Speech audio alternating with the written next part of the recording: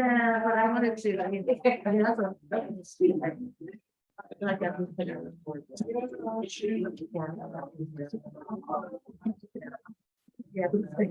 She's running really bad things to medallions. Yeah.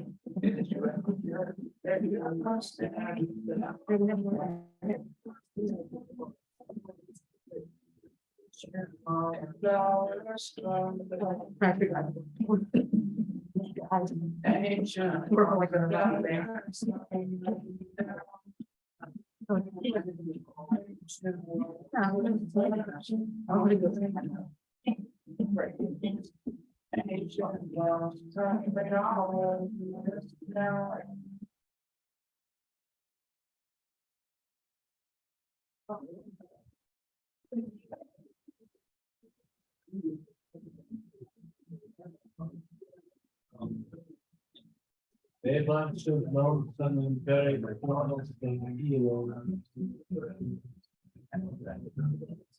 We're smoking out along.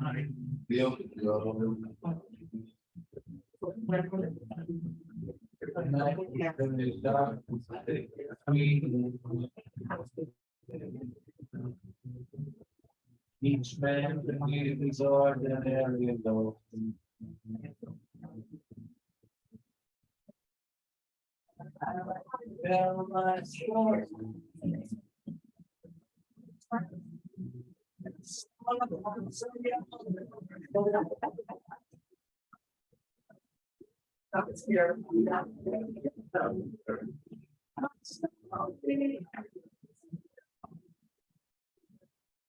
Before I turn in the door.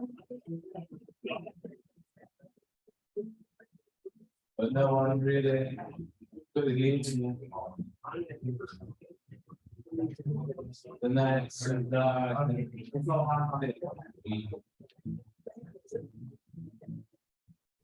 But the masterpiece heroes must always be there.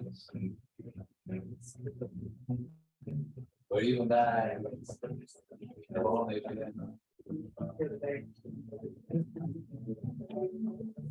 Put on your cigarette.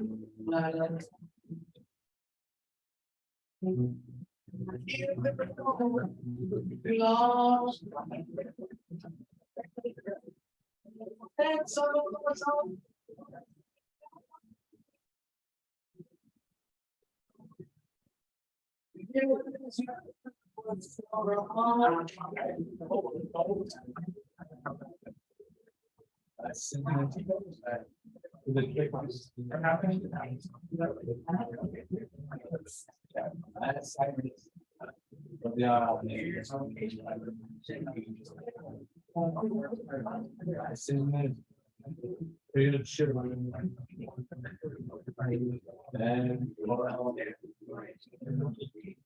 We do not need me.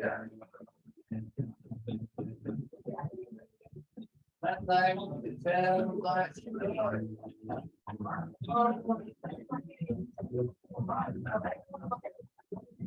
Yeah.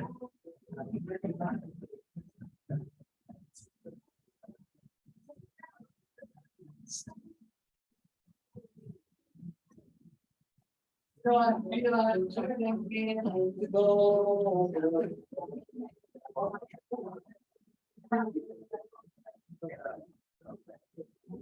Someday.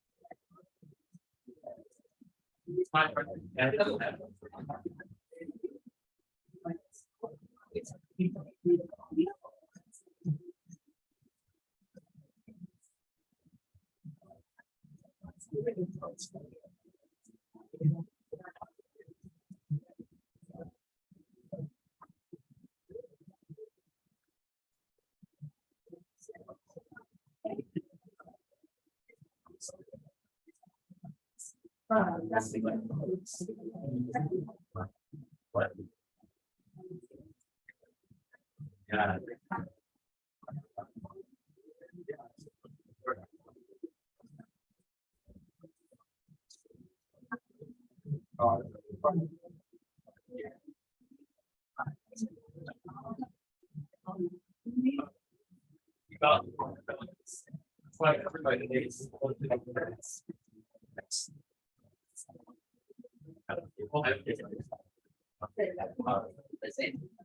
Yeah.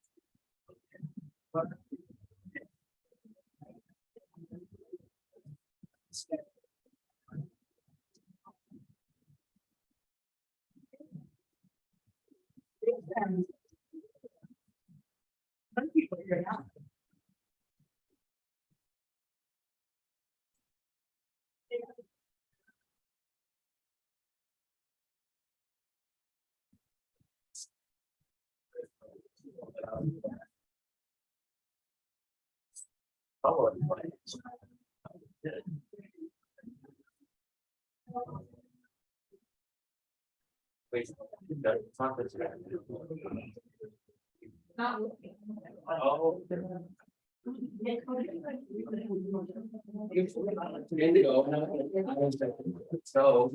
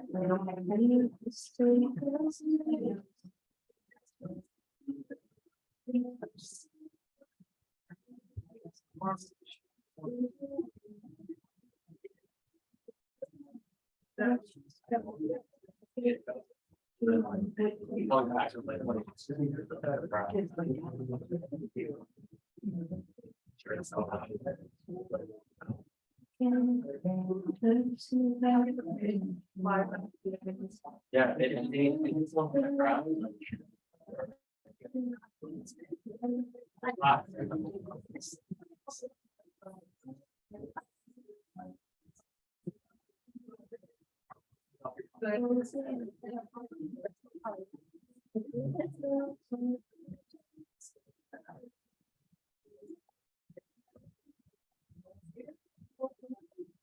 Like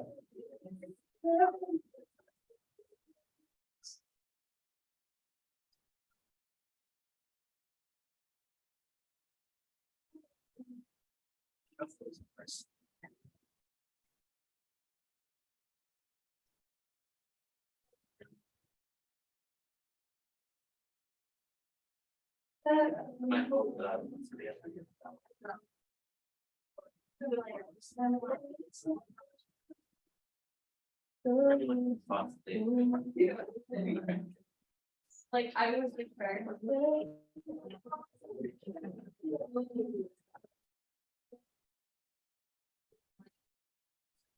That's cool. Like, you know,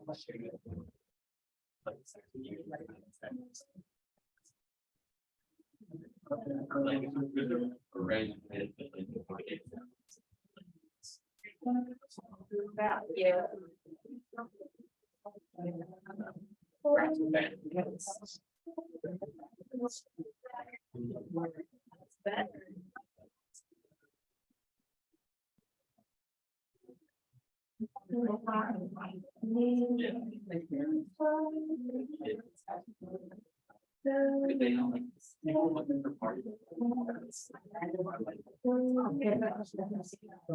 They don't know that.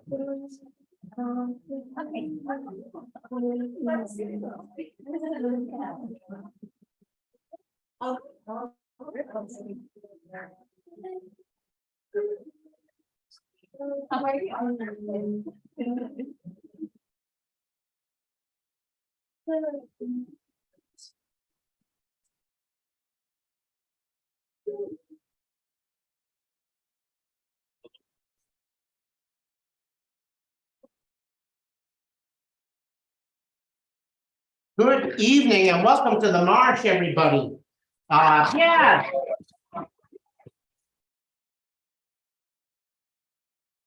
And you, I hope, you're clapping for yourselves because this is the time of the night when you deserve to say, wow, we came to see live theater. Because theater isn't theater, and we're so glad we're out there on Zoom, folks, but theater isn't theater without a live, breathing audience. So how about giving yourself another round of applause? Yeah. You are here for Monday Night Marsh, which personally is my favorite night of the week here at the Marsh because you see all new performances. Sometimes from veteran performers, sometimes from people performing for the first time. It's really an exciting night. And tonight, we have Ginger Parnes, the duo of Christian Jimenez and Jackson Moran and Marga Gomez to round out the evening. So let's have some applause for them.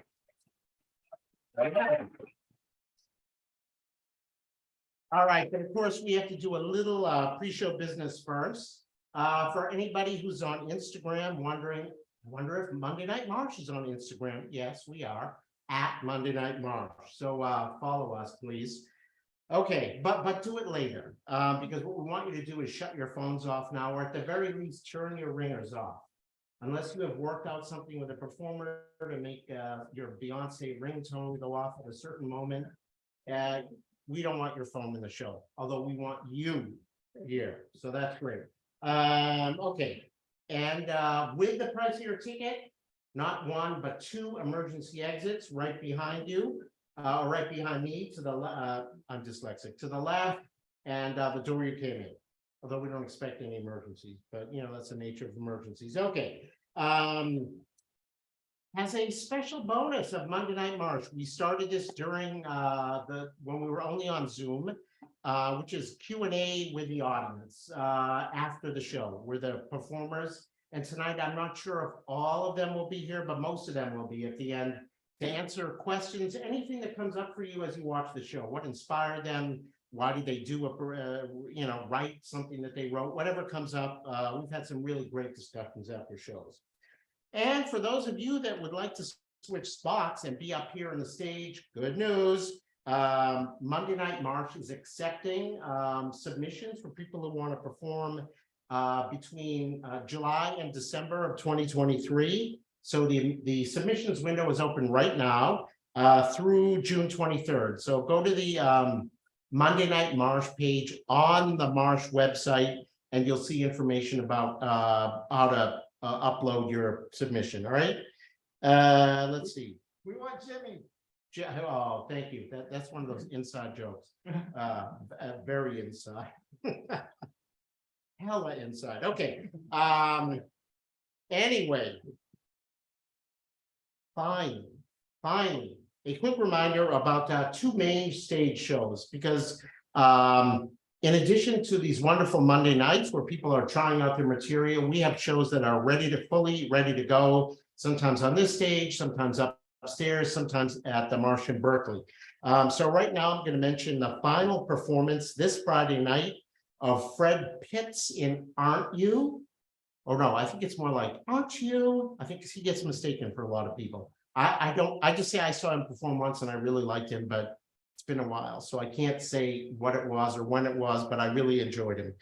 How's that for a testimonial? Not much. Okay. This Friday, Adam Strauss returns. Maybe it's not this Friday, man, I'm off. But Adam Strauss, who's a great comedian and who did a wonderful show here a while back called The Mushroom Cure, about his attempts to find some kind of substance that would help him with his OCD.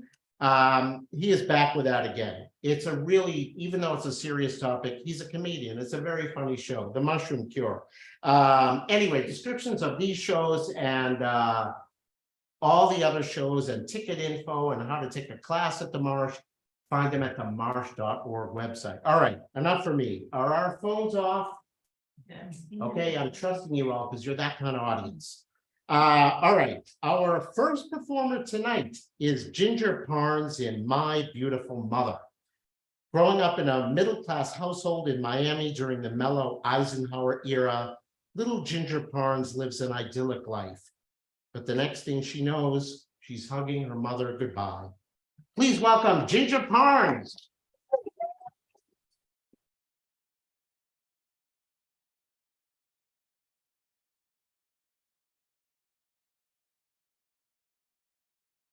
My mother was the most beautiful woman on earth.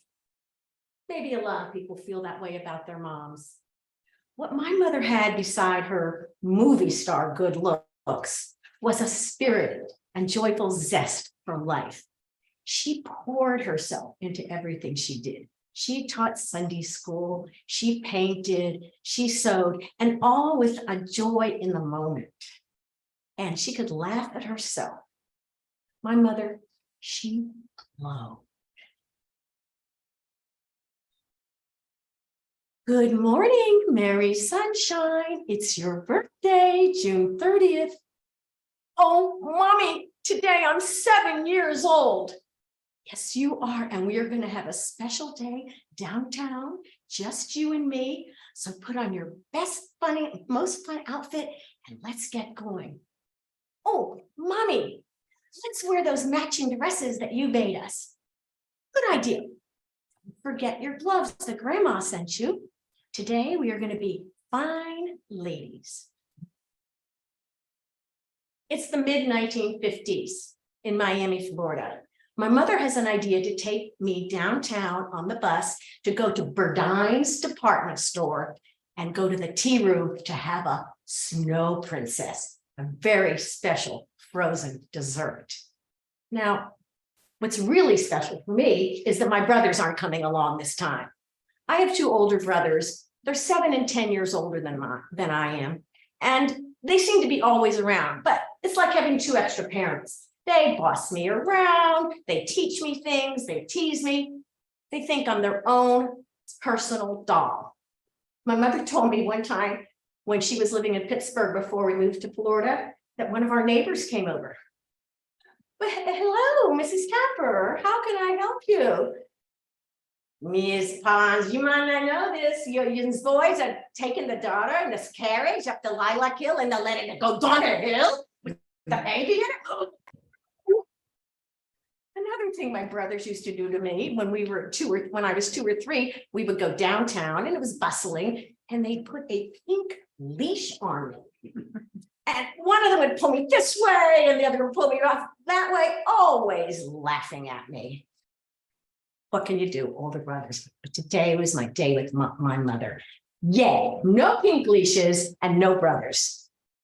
As my mommy puts on her hat on her lustrous auburn hair, Ginger, to show me how they taught you how to model gloves in that modeling class you wanted to take. Like this, mommy. You're so adorable, princess. Now, let's walk to the corner and take the number 19 bus downtown. Miami, Florida, the end of June, all right? It's 90 degrees out, and the humidity is also 90%. We are so perspiring when we get on the bus, glad to be out of the sun, plop down in the front of the bus and sit by the door where the fresh air, not so cool though, it's hot fresh air, at least cools us off a bit. Now there's several people sitting next to me and my mom, and then there's some Black people sitting in the back of the bus. That's the way it was then. This is before Rosa Parks' bold choice to keep her seat at the front of the bus. And though Miami might have a lot of snowbirds, New Yorkers coming down to live, make no mistake about it, Miami is a southern town. In fact, some people pronounce it Miami. Well, we walk into the department store. Oh, Ginger, how do you feel that air conditioning? Whoa, so hot on the bus. I mean, we get an air conditioner in our house like our neighbors. Well, Dad says next time he makes a deal, we're going to do that. Look at that. These flowers. Big blue vases. Maybe it's for July 4th, which is coming. You're so smart. Tell you what, let's go find a gift. See those ladies over there? They've got Burdine shopping bags. Why don't we get one too? Let's buy a gift for my sister. My mother grew up in Pittsburgh, Pennsylvania, 2 brothers and 5 sisters. The story goes, when my father met them, he was smitten with my mother, Sarah, and decided she was the one he was going to marry. She was the prettiest and the sweetest of all. And when they got married, Sarah, you're looking awfully beautiful tonight, honey. I'm going to get Aunt Fran a scarf. How about 2? You know, honey, I was a little sad that Dad moved us down to Miami away from my family. Oh, but Mommy, I love living in Miami. I get to play barefoot outside and just play with the gardenias. My teacher thought I was so smart when I took my gardenia and put it in my inkwell. And all the petals turned blue. And Mommy, we get to go to the ocean and swim and have picnics on Key Biscayne. Yes, dear, but I miss my family.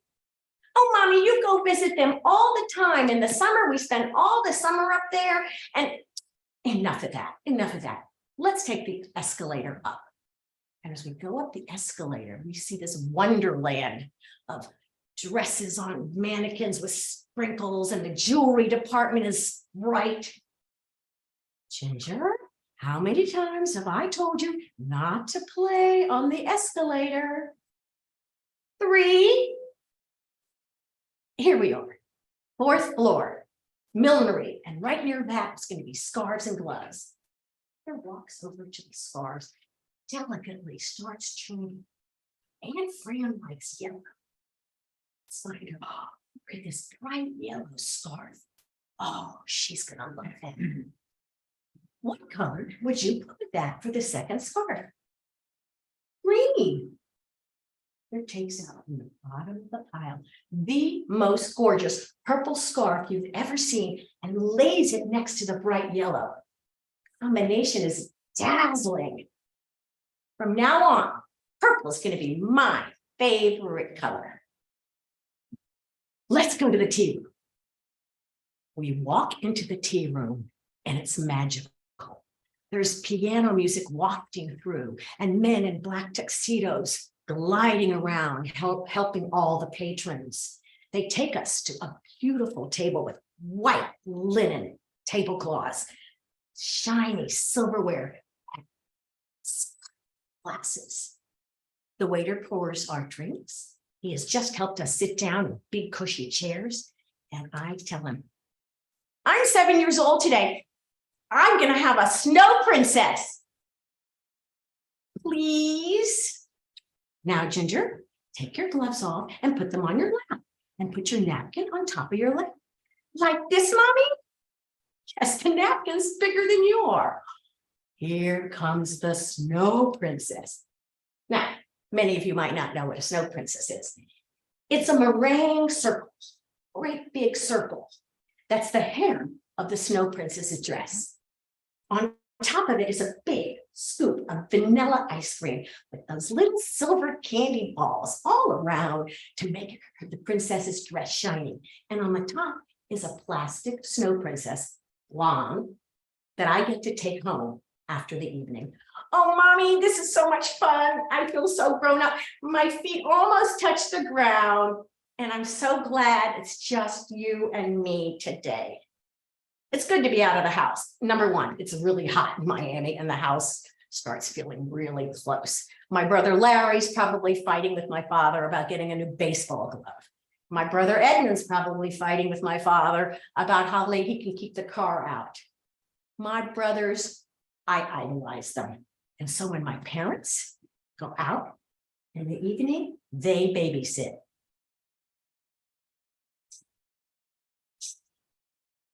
You guys are smoking cigarettes. I'm trying.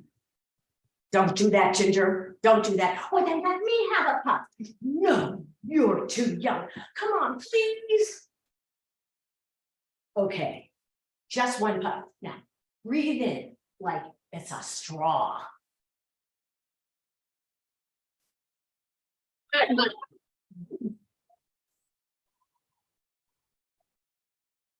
Never became a cigarette smoker. Now, our neighborhood is across from a junior high, and the junior high on the weekends, my brother Larry takes me roller skating down the halls. He's taught me all kinds of things, how to play jacks and jump rope. And one time my mother comes along. I haven't done this since I was a girl. The neighborhood of about 10 or 12 houses has tons of kids, and we play in the street all the time. Dodgeball, kickball. It's competitive and playful. I'm really tired of hearing everyone bragging about how they got an air conditioner. We don't have an air conditioner yet, but we have a TV finally. Now, that thing is, we can't talk during dinner. Dad wants us to whisper so he can watch the news. That Joe McCarthy, I'm telling you, his blacklist of communists, I'm so glad that the lawyer said to him, have you no decency? Dave, tonight we're not going to be watching the news because Ed Sullivan is having a special guest. It's Elvis Presley. Daddy, I know Elvis goes, you ain't nothing but a dog. And I take my little rocking chair and I put it right in front of the TV. And like women, teens, young girls all across the country, I'm screaming as Elvis gyrates and croons with my family sitting behind laughing. Elvis! Then one day, I started noticing whispering going on in the house. I hear doctors, operation. Mommy, why do you have to go? Oh, Ginger, dear, I have to have an operation. It's so much better for me to be with my sisters when I'm recovering. Mommy, can I go with you? No, honey, but you'll be here with Daddy and Larry and Eddie, and kind Bertha will be here to help you. Go. My mother was gone. A few weeks, a few months, seemed like forever. I got the measles while she was away. Come on, Ginger, let me put the calamine lotion on you. Daddy, no, you're so sloppy. Let Bessie do it. Let Bessie do it. I'm here, child. You just let your dad take care of you. I'll be there tomorrow. Oh, Daddy, Bessie, when's Mommy coming home? Soon, child. Your mama be home soon. And soon never seemed to come. And Bessie, when she left at night, I would stand by the window. Bessie, don't go. Bessie, don't go. And she stood under the lamp at the bus stop on the corner. Hey, Mommy's coming home today. Mommy's coming today. Yeah, we're all ready for her to come home. It's not been easy with me being the oldest and you get the measles. But look now, I'm all healed and no scabs or anything. I'll show Mommy. There's Daddy's car. He's helping Mommy. He's helping Mommy out of the car. Where's my Mommy? My mother's head is completely shaved, and she has a scar going down the whole left side of her face. She wears these really funky bangs, fake bangs, and a scarf, and she talks kind of funny. I'm a little afraid of her. And then I hear, "Mary Sunshine."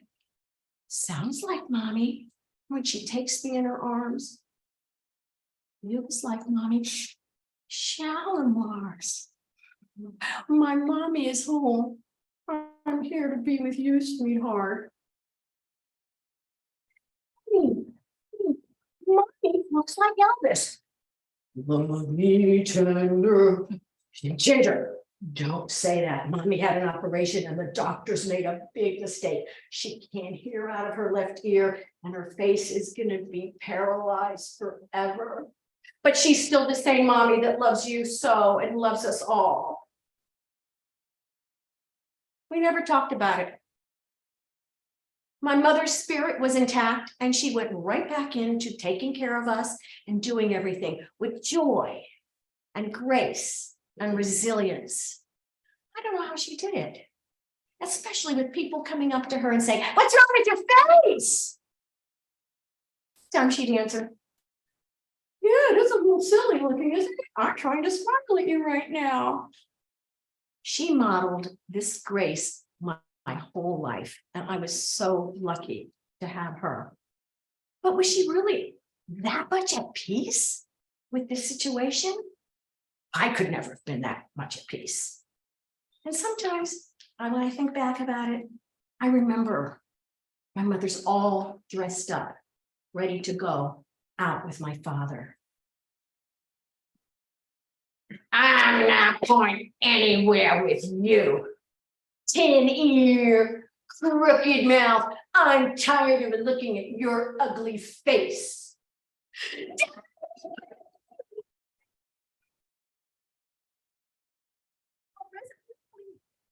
Make Mommy cry.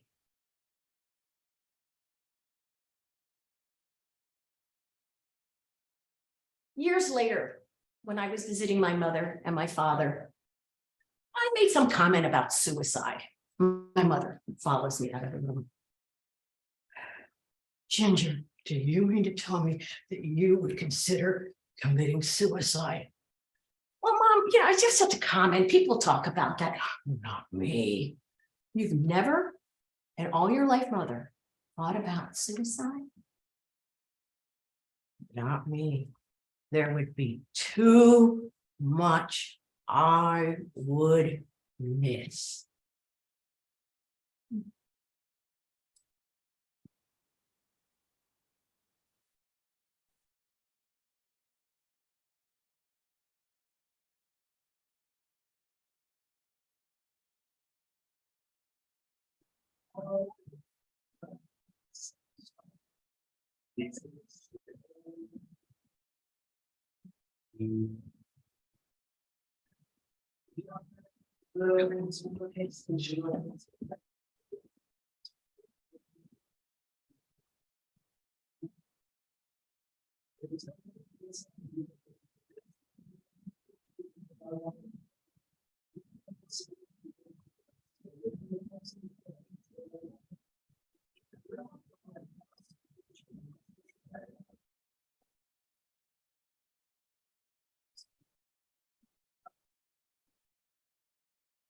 Ginger Barnes, everybody.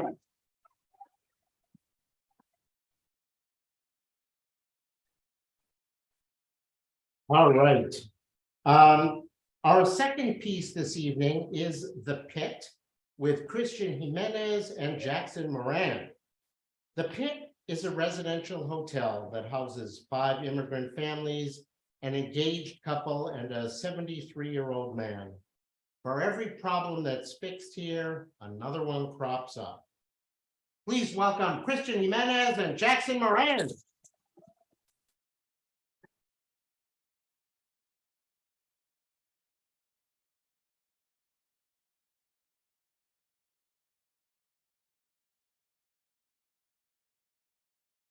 Deep in this sullen city, where rats lie around and stare at the stars, a young boy looks through his window. He lives in a hotel engulfed by a sense of childlike play. Oh, ye lost lovers, sent out to the streets to search for the meaning of life, hear this call and with it bloom.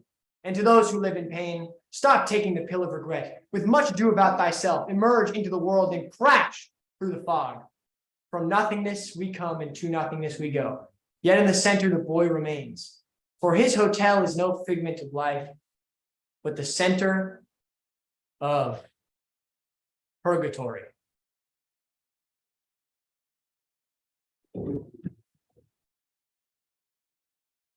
The Pit is a residential hotel that houses 5 immigrant families, an engaged couple, and a 73-year-old man. For every problem that's fixed, another crops up, hence the name The Pit. The tenants live with no heat. Several tenants have died in the hotel due to drug overdose. The rain pours through the walls and the roof. It is infested with mold, mice, and cockroaches. The hotel's remaining tenants say that the owners are purposefully leaving the building in squalid conditions to force them out.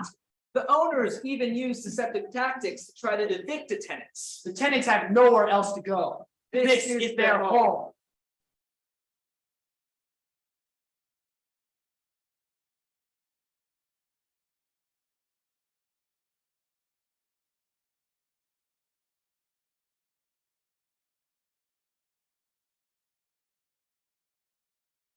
Hello? I'd like to file a police report. Hello? Hello? Oh, hey, Castro, I didn't see you there. Hey. What's going on? Oh, this is my new Tesla. Just pulled it out of the dealership. Fully paid. Fully paid. I earned this. Wow. Yeah, and check this out. I mean, look at this window tint. This sucker messed it up. I'm gonna have to take it back to him at the dealership. You can see right through. Ruins the whole car. Oh, that's a nice car, but I didn't mean to ask you about the rent increase. Oh, hey, is that your dad? Where? Oh, no, it's not. Well, it looks like your dad. You know, your dad is a good man. He's got a good heart and he's kind, but he just gets constantly shit on. It's like there's a game being played against him, you know? I mean, he's just a great guy, but he's also got to stop getting mad in public like that. Yeah, I know. Oh, okay, listen to this. You know Roberto, the tenant down the hall with the notice on his door? I put it there. Okay, so he calls me. He calls me, right? Hey, can I borrow some money, man? Dude, what the hell? Okay, I own the building. How are you gonna try and borrow money from me? But when you haven't paid me a fucking cent. It's stupid. He's stupid. Oh, you try to borrow money? Yeah, dude, don't put me in that position. Right? I mean, I have no choice at this point because things in the building are gonna change. You've seen it. Okay, I mean, the pandemic is over and the city doesn't care. Oh, but we didn't get a lease. Dude, when we bought the building, nobody got a lease. We didn't do that. We didn't do a lease. Oh my God, were you there when the sheriff came? Oh, dude, Roberto got the hell out. Hey, come on in the car. Come on, check this out. Yeah, let's go around. Go on.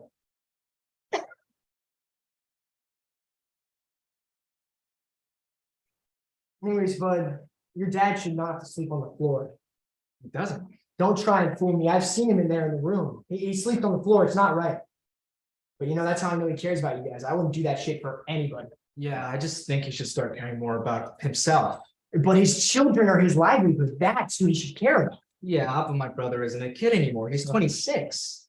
God, I agree with you there. You know, he should grow up and get the hell out. You know, your father, he asked me to speak with him. And I was like, listen, as much as I want to, come on. You know, if I get involved, then the police have to get involved. And then what's going to happen? You're going to have your son fucking arrested? It's just ridiculous. Oh my God.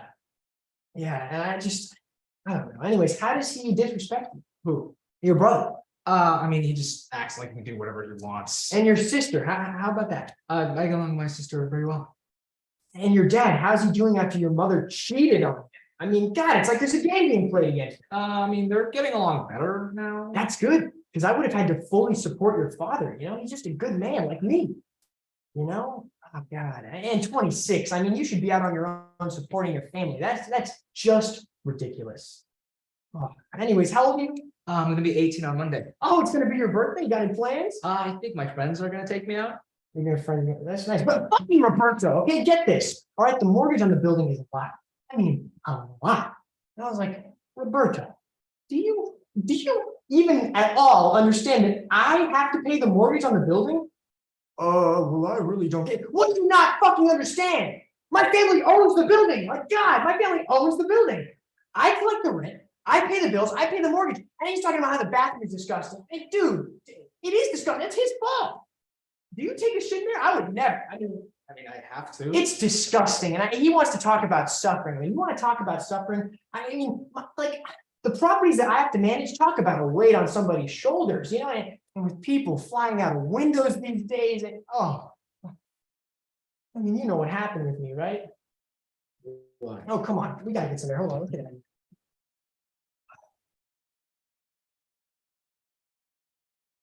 A close family member of mine recently took his own life. Yeah. Blew his freaking brains out. Wow, I'm sorry. So money isn't everything. What do you mean? And you should be sorry, okay? Because, I mean, nothing should get between money and, well, What? Let me put it this way, okay? So you can understand. My family owns millions of dollars in real estate assets, okay? I mean, talk about suffering, talking about having to slave away every single day just to keep your family's business alive, small business. I mean, just last week, we had a suicide in our penthouse suite in Vegas. Guess how much the damage was? How much? $30,000 in damage. But hey, don't look surprised. That's real estate. That's the hotel business. I mean, let's be honest, that's nothing compared to what I'm dealing with at this property. This address stresses me out the fucking most by far. What about it stresses you out? I mean, the black.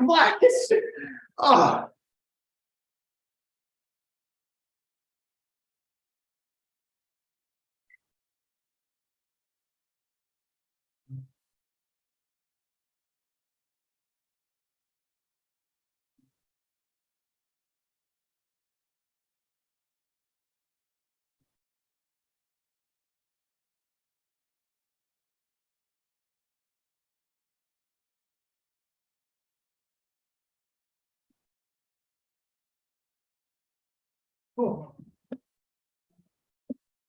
Oh. Man. Oh.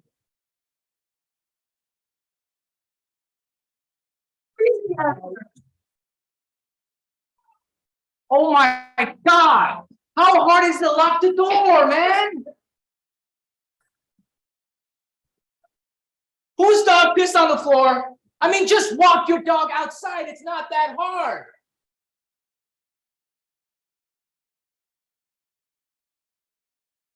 Yep. Why don't you just use the other one or something if you gotta go so bad, man?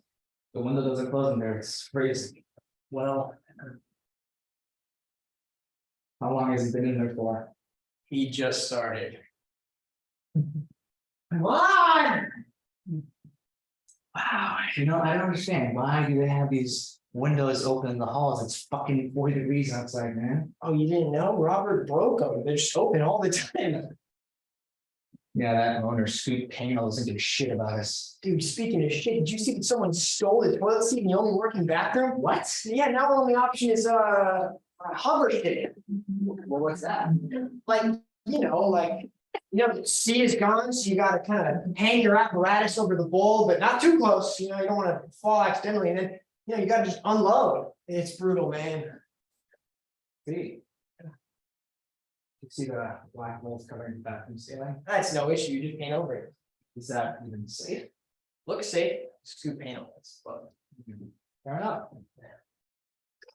man, Anyways, how long have you been living here, man? 6 years. That's a long time. Yeah.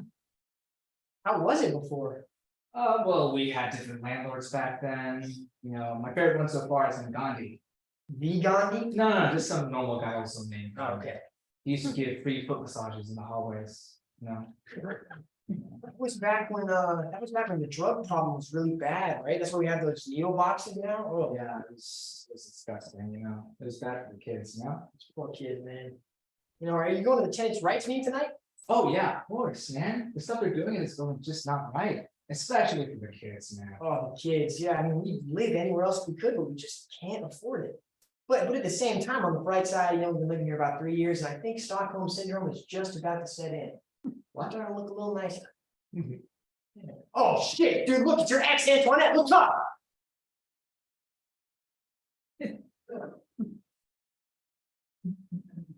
Oh, man. Thank you, man. I've been looking very tough recently. Yeah, not to embarrass you, but your towel just dropped, and I don't want to get checked the hot meat station, man. Look, I'll take a shower tomorrow. Oh, wait, just take out the shower.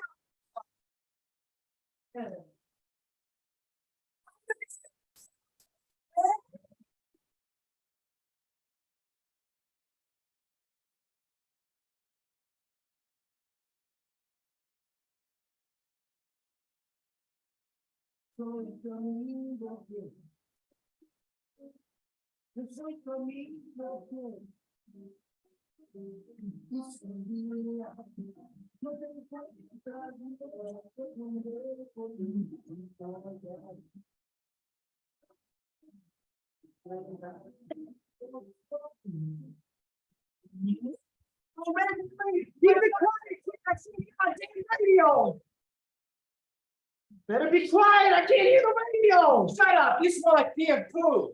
You don't talk this some foolery. Right now, your mother's gonna hear about this. No. Maria! Tell my mom. Please, Maria! please. I'll be quiet. I'll be quiet. Be quiet. Better be quiet, like how I was as a boy, good and mild mannered.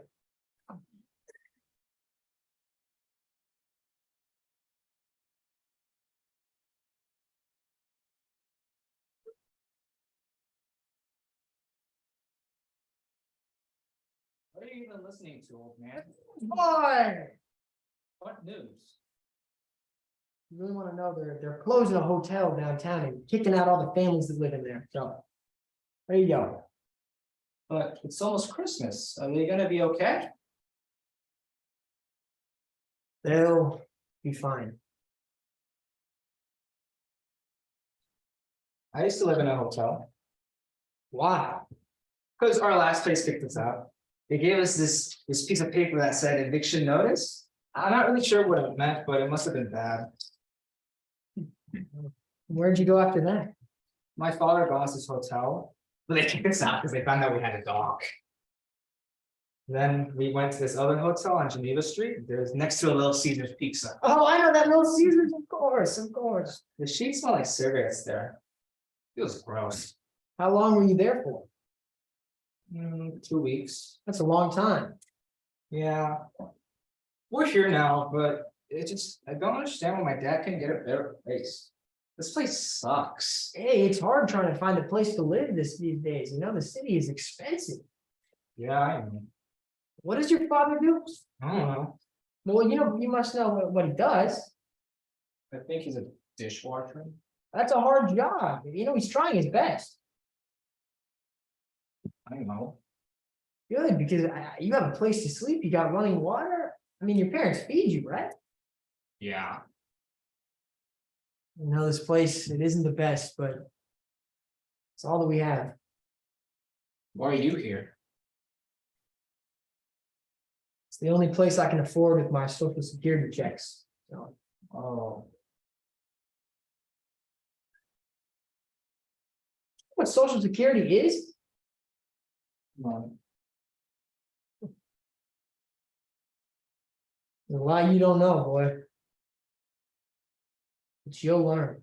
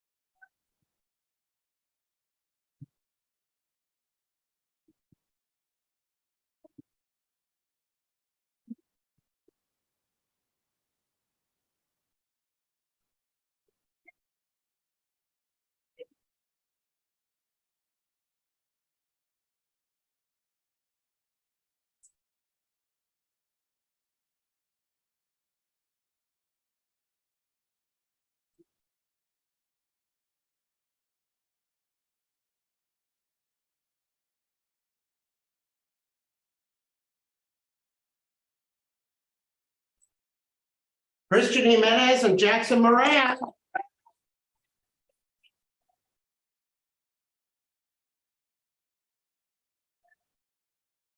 We love performers of all ages, but it is nice to see some, to be careful when I say this, sort of folks on the youngerish side here. Yeah. I mean that in a positive way. Okay, anyway, no matter what I do, I'm gonna step in it. Yeah, so pause. All right.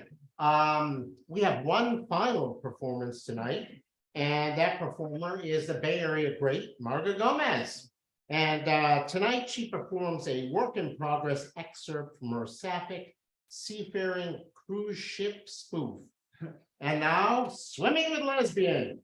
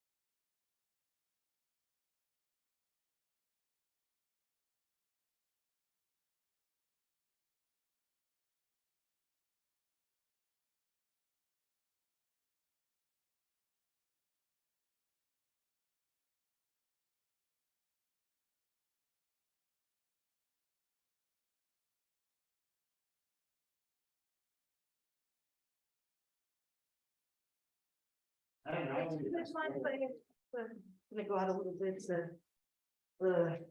I got here a little bit. Yeah. All right, folks, so sometimes if people are a little shy at first, who would like to break the ice with the first question? But any of the performers, any of the performances, anything you relate to, anything you're curious about? All right, I'm gonna start there.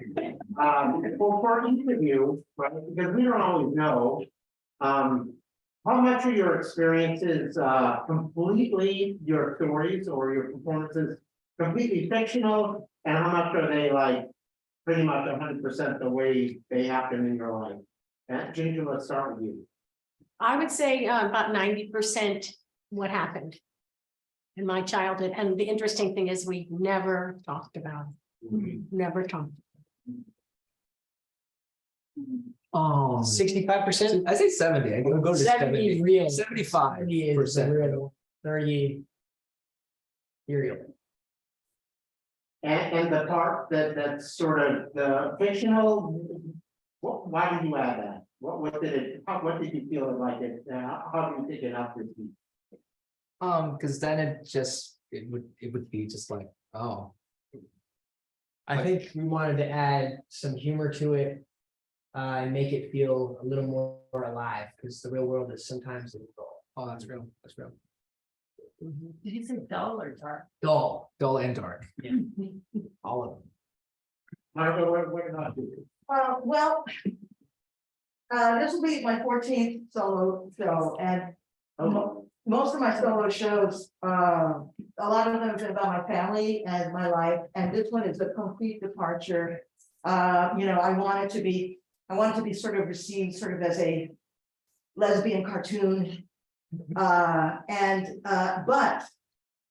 it was inspired because for many years I actually worked on a lesbian cruise ship. And this has absolutely no, all the characters are fictitious. But there are incidents, like things that I probably have to get rid of because they're not, maybe not don't move the story forward, but I'm very attached to this tip when you're seasick, that crackers, you need to have crackers and look at the horizon.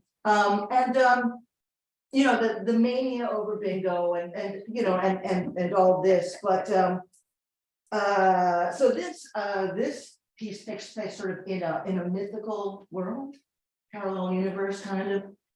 So I guess maybe 15%. Okay. Thank you. That inspire anybody else to come up with a question? I think we have one in this row, please, go ahead. So, Christian, I've only seen you work alone. How was having a writing partner and a performance partner? Oh, amazing, because I love performing with this guy. And we write so many things together, and it's just it's been it was very fun. Yeah. It's been biblical. Yes. So holy. And Ginger, were you an actress first? No, No, so you never performed? well, the truth is, when I was 3 years old. There was the movie theaters, remember, there was the cliffhanger, and there was the cartoons and the newsreel and the yo-yo contest. My brothers sent me on the stage because it was a contest to win a bike.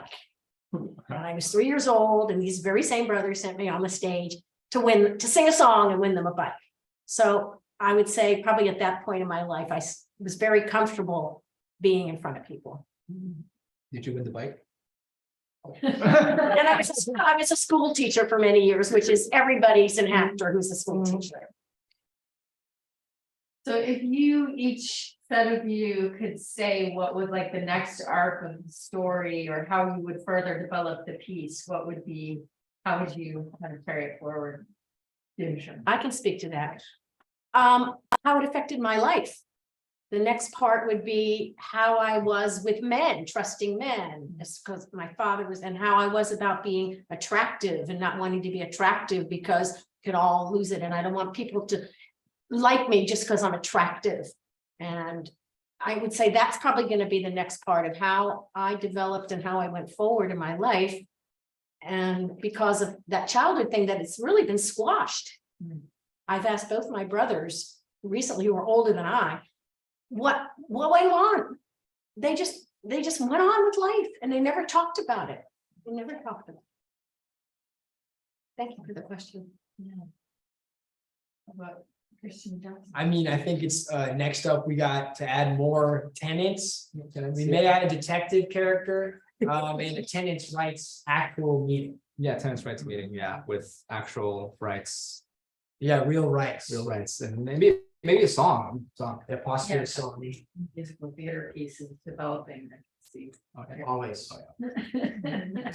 How about you, Mark? Chapter 2. I actually just kind of filled in for someone a few days ago. I wasn't really going to perform, but it's always good to get on your feet.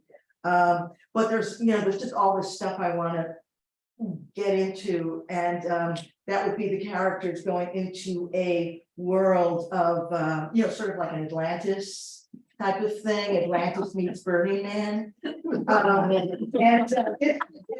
don't want the show to be more than 60 minutes, but there's just things I want to fold in. For instance, Improve Perez, is a comedian, so I want to kind of put some lounge, because the ship has lounge performers But I also want to be other performers. I want to be a hypnotist and a mime. So, I'm just gonna, I just kind of want real quick, little portraits of all these characters and have it hang together. And, yeah, I guess that's probably all I should say now. I have a question from Zoom on behalf of William. But I was reading it, it actually seems like an appropriate question for all the performers this evening. But we'll start with the two of you. Were there any big inspirations for you, like people or theater pieces or movies? Well, I can say for me, I really wanted to work with Christian again after our sort of flop / top hit musical that we wrote. I don't know what it was, honestly, but I really wanted to work with Christian again and do something that comes from a serious place, but kind of delves into weirdness. So that was my inspiration, but I know Christian has some more like. Oh, well, my Personal inspiration really was that building I live in, which is, it's named the Pit, and it's real, and just the people that live there kind of just, I guess, not inspiring, it's weird. I don't know, it's just really interesting. Yeah, I'm just like, oh, wow, this is kind of funny, but also it's like weird, but yeah. Yeah, and the more he told me, because he'd just tell me these stories about things he would see and people he'd meet. But like people like should know about this. People should know, about the guy that holds the radio right there all the time. That's just weird. He's old. Yeah, that's Yeah. It's like almost deaf, I think. I can't wait to see more. Voting for all three of you, yeah. same here. Andrew? Well, I would say the inspiration came because I was taking a David Ford class, and I had done taken one a few years ago and really did comedy, and it was so terrific. And everybody in the first week or two of class were really exposing themselves and really talking about very dramatic, tender things in their lives. And I said, well, maybe it's time for me not to do a comedy. Maybe it's time for me to really look and see if there's something I can dredge up. And it's been very cathartic for me, you might imagine, very cathartic. Margaret? Well, I've been watching a lot of old movies, now Voyager, Poseidon Adventure. So it's probably about the Easter eggs for anybody who's into that arcane stuff, as well as please respect me, but I watched every season of Love Boat. And I also ordered the paperback book that inspired the Love Boat called The Love Boats by Jerry Saunders, who was the first ever cruise director on a cruise ship. And it's crap because I read all the reviews, but I still want to see what she said, because anytime I can just get like just gear, because I really want to make this I really want to make it visceral, a cartoon, but visceral. Margaret, I want to know. No, yes, please. Having, since my wife actually won a lesbian cruise and took me on it, there were no women in charge of the ship. There were no women crew. It was very minimal. So I love the conceit that there was a female captain. Oh, yeah. Yeah, thanks. Yeah, that's definitely, owning the means of production. Sort of going back and forth who this captain is. I actually want to make the captain a great lover and has slept with the cook and slept with the doctor. And so I think that we need more romance in this piece. I don't know how I'm going to get everything in 60 minutes, but yeah, I sort of want to make the captain heroic. Yeah. Okay. You want to be? No, whoever's here, that's fine. Oh, Jackson, you spoke about the hit flop musical that you and Christian wrote. Oh, yeah. together, which I was lucky enough to attend. And Uh, I was just curious if this new piece that you wrote exists in the same universe, and if so, will we ever see any overlap with? It's not a thing I haven't thought a lot about. Oh. I personally like to think that anything I write exists in the Chilo Valley universe. Could Joseph possibly end up in this pit? Maybe, he's in a lot of pits. So yeah, I don't know, what do you think, Christian? Yeah. Yeah, I'd say. 100%. Not to mention- But who knows? Thank you. How long have you two been collaborating? I guess what we've been performing together a lot through like other productions and stuff like that since middle school. And then we started to write together in high school, and then, kind of ever since we graduated, we've just been like. All right, that's just so great, yeah. Yeah, how long have you been performing for?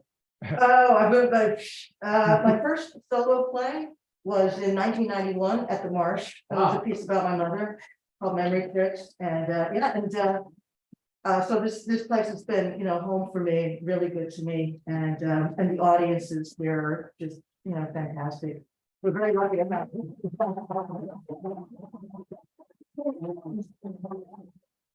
If you keep an eye out on the posters that we have, there's a good chance you're gonna see Margo. There's one backstage. Yeah, I saw your. Yeah, yeah, I do some of the archives here and I run into Margo's posters all.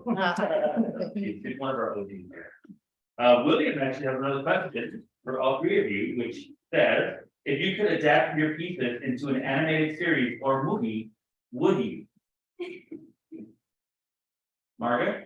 Oh, yeah, I mean, that's. I think first, we need, like, if there was a production for it, it would be a great show. Yeah, I mean, I would love to, have it be animated, because, I mean, the reason I'm doing this as a solo show is just sort of as a prototype. I mean, I would love to. Have it just kind of catch fire and, and people could see. I mean, the reason the reason I started doing this show, it's kind of in my notes, because I've done the cruise ship and all that, but also because lesbians are just nobody, it's just that same stupid Subaru joke. And I just wanted to do something where lesbians don't die. And so I want to do something fun and see if that takes off, but also write it where men, women, straight, gay would really enjoy it, because it's ultimately a cruise ship story. Yeah. The lesbian love boat. Lesbian love boat, it's a les boat, yeah. I think if we found 30 people in a warehouse that were like, yeah, we're ready to film a movie right now, just give us the script and we'll memorize, we'd already have a movie. So I think it's just when we find the warehouse of people and the filmmaker. Right? What do you think? Yeah, probably make it into like an anime, maybe. Oh, you want to do an anime? Yeah. We could do an anime as well.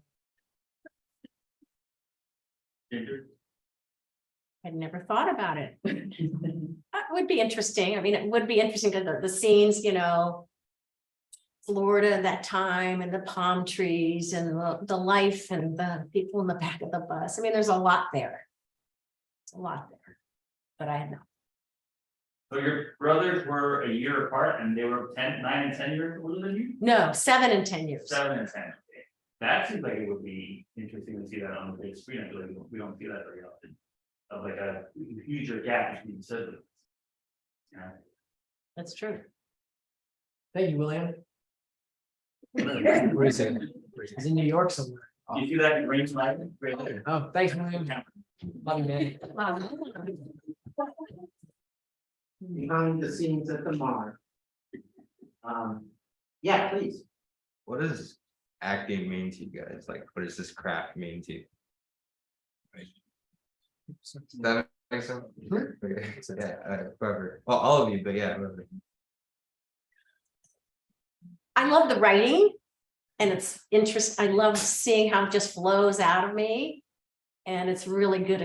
I don't want to say escape, but it's a way to just express myself. And I'm not a big person who writes journals, but I can I write personal stories a lot.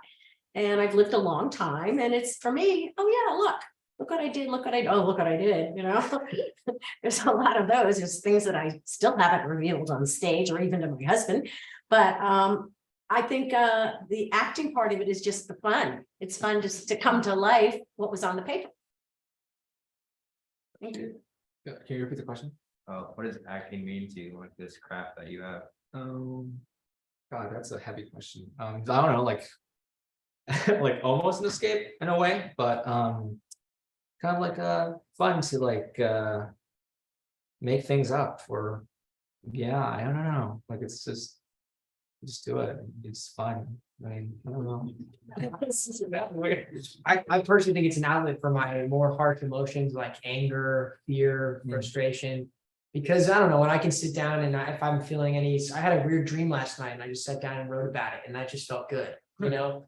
And so it's one step to write about something and get it down on paper and just feel like, okay, now this is an extension of me, but then to be able to go in front of a group of, open-minded individuals, it just feels good to be able to perform. So it's like a rush that I can't get anywhere else in my life. So it's pretty lovely. In my opinion. It's such a, such an open-ended answer, but I think that, I actually have done things where I take a role and act and play or something, but for me, when I go on stage, like this thing, what I just did, that's gonna be way more like tightened up and honed. But let's say like the pieces I've done about my family, my father who came from Cuba and, they had struggles. When I do a lot of those characters and those pieces, I feel that I also have I'm channeling the people and I'm channeling the people that you don't get to see in a lot of mainstream theater and film. And so it's kind of it's my opportunity to say, hey, I'm going to just be this guy or this woman and, pay them some attention. And I just try to do it right. And so it kind of goes hand in hand with the creation process.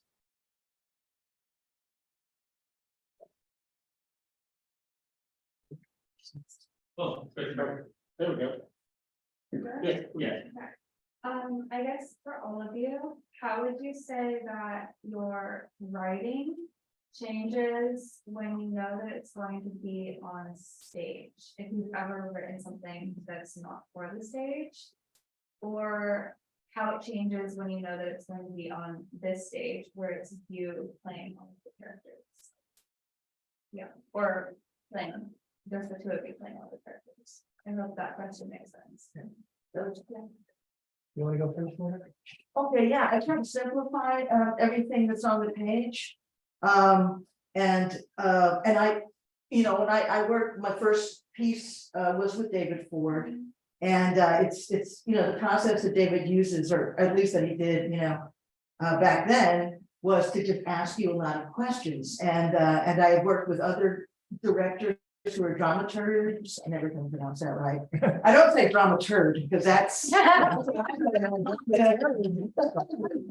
they're less expensive, but I think it's really good, and I do want to find somebody that I partner with in that sense. But they kind of think about the audience because you want everybody to be on the same ride. And sometimes there's just too much information or something that doesn't, if you're on a journey to someplace, we just don't want to get there, and we want to make the most important stops that to teach us something. So I guess just try to simplify it and work with somebody who can sort of rein my ideas in on behalf of the audience. And when I don't have that person, I think of the audience, and that's why these Monday night marches are great, because the audience is kind of like a director or dramaturg, get the reactions. I like to put it into motion because, like, on paper, I don't know, it just feels a little stagnant. And so I don't remember when Christian told me we were actually going to do this. I was like, what? Okay, we got to cut that line, cut that line. Okay, now there's a building, now there's a bathroom, there's a hallway, right? Like, we have to add these things. So it's actually visually interesting because they can just listen to us talk if it was like, I don't know exactly what we've written down, but we're writing about real people, but on paper, I don't know. So then, okay, now we got to take the people we've written about and turn them into like people we can perform. Because also I don't even want to play the old man because I don't think I could play an old man, honestly. But yeah, we did it, but it's like, I think that's great about, like what you said, it's great about this, is, you learn and you get to go forward. So yeah, I think putting it into motion, I guess is what I'd say. So sorry, can you repeat your question one more time? Just like, I guess the differences in how you are approaching writing. When you know that you're gonna put it on in a show versus when you don't. I guess I know when I'm gonna put it on. I guess I guess I hide more. Which is like a bad thing, because I remember I was doing Monday Night March back in October, and they said that they took the day before class, and they said like, oh, when you like, they said something that day before, so I'm not sure if this is right, but he said like, oh, when you're writing and you know it's like too much or too deep, that's exactly when you should add it in, or something like that, right? Not too sure, but Well, you want it to be a little dangerous. yeah, Yeah. so I guess I pull back sometimes, yeah, when I know it's gonna be fun on, yeah, stage. I think if I'm writing extemporaneously, it's much more lofty than if it's going to be presented to people. And I believe that if I'm thinking about a character, the character emerges out of the pen. Whereas if I was just writing, and describing, well, David, and one other thing, David, Ray's David. He says, show him, don't tell him. And that's really, you end up cutting a lot because you can put a lot of BS in that you don't need to, especially if you're just writing. But if you know you got to focus in and you've got 20 minutes, you're going to like really work on getting it tight. And we can always, I could definitely do what I did tonight, much tighter, much better. But it's like, you got to keep working at it. Working at it to keep it from being too much wording. I'm not writing it. We're not writing a novel. We're going to be standing in front of real people and talking to them about something. Thank you. Those are all really interesting responses. Thank you. Good question. I have a question, for all of you. I guess, many of I've been around the market a long time and seen a lot of shows, and many of the most successful shows here have this sort of blend of humor and pathos. I guess I wonder for all of you, right? How much do you think I want to write something that really touches people's hearts, or how much do you want to write something that's like really makes people laugh? And then how much, in your experience, have you found that sometimes you get on stage and like, oh, something I thought was funny is really, people take it seriously, and something that I meant to be serious, people are laughing at. And Mark, I mean, it's sort of the same for you, but I know your brand is comedy, but I don't know, how do you fit into that? Maybe starting with you and going back, sort of the blend between pathos and humor. Oh, well, again, the other pieces I've done are a mix of, pretty emotional stuff. And, but sort of a lens of humor or a survival tool of humor. This piece is, again, very, very different.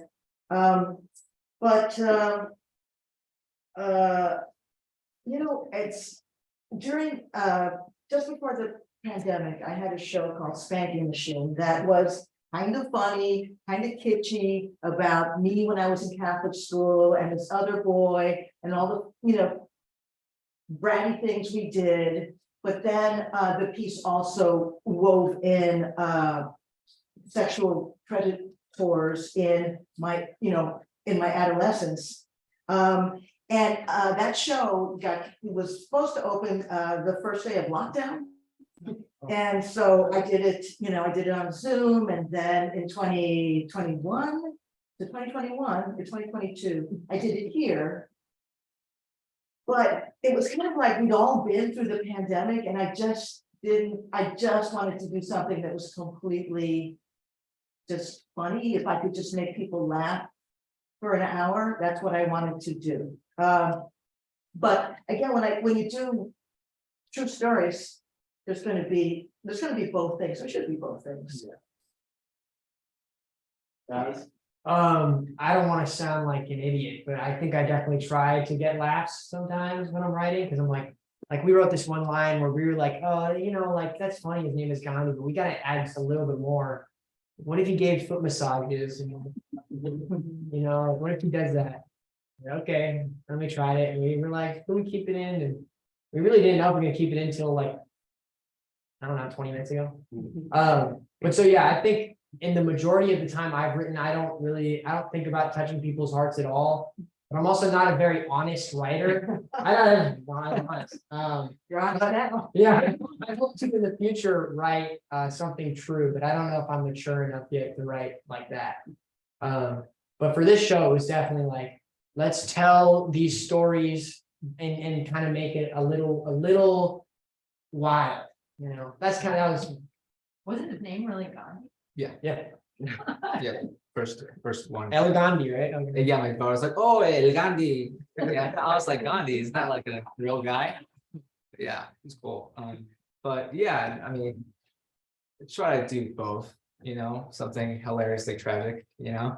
There's like, oh, like, damn it, my dog died, and that's like, oh. I don't know. What? Check the please. Yeah. I don't know. I froze, but you know what I mean, right? It's life. Pathos, laughter, I mean, it's life. And though some people's lives are much more tragic than others, I'm sure there's even moments in those tragic lives when people have a spark of humor. And I guess our job as writers is to like say what we have to say, but to tap into the familiar in everybody who's had that incident or that happened to them. And that's when it makes it comes together, as whether you're gonna laugh at it or cry about it, we've all been there in some way. Thank you. Any last questions before we wrap it up here? All right, seeing none, I'm gonna just go down the line. If we want to find out more about you, how can we do that? Martha? Well, my website's out of date. But I'm pretty sure I'm gonna change all that this week. I've got some dates for Swimming with Lesbians. So I'll put that on my website. Also on Instagram at the Margaret Gomez, and my website is margaretgomez.com. Okay, you know what? I'm gonna be doing the show here in June. Oh, yeah. I'm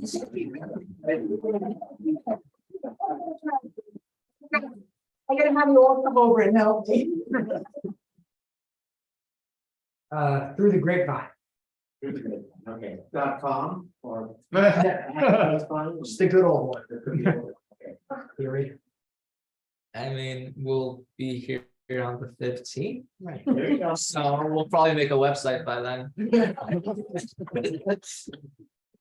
I don't have any social media, really. I am gonna be here with these gentlemen on the 15th.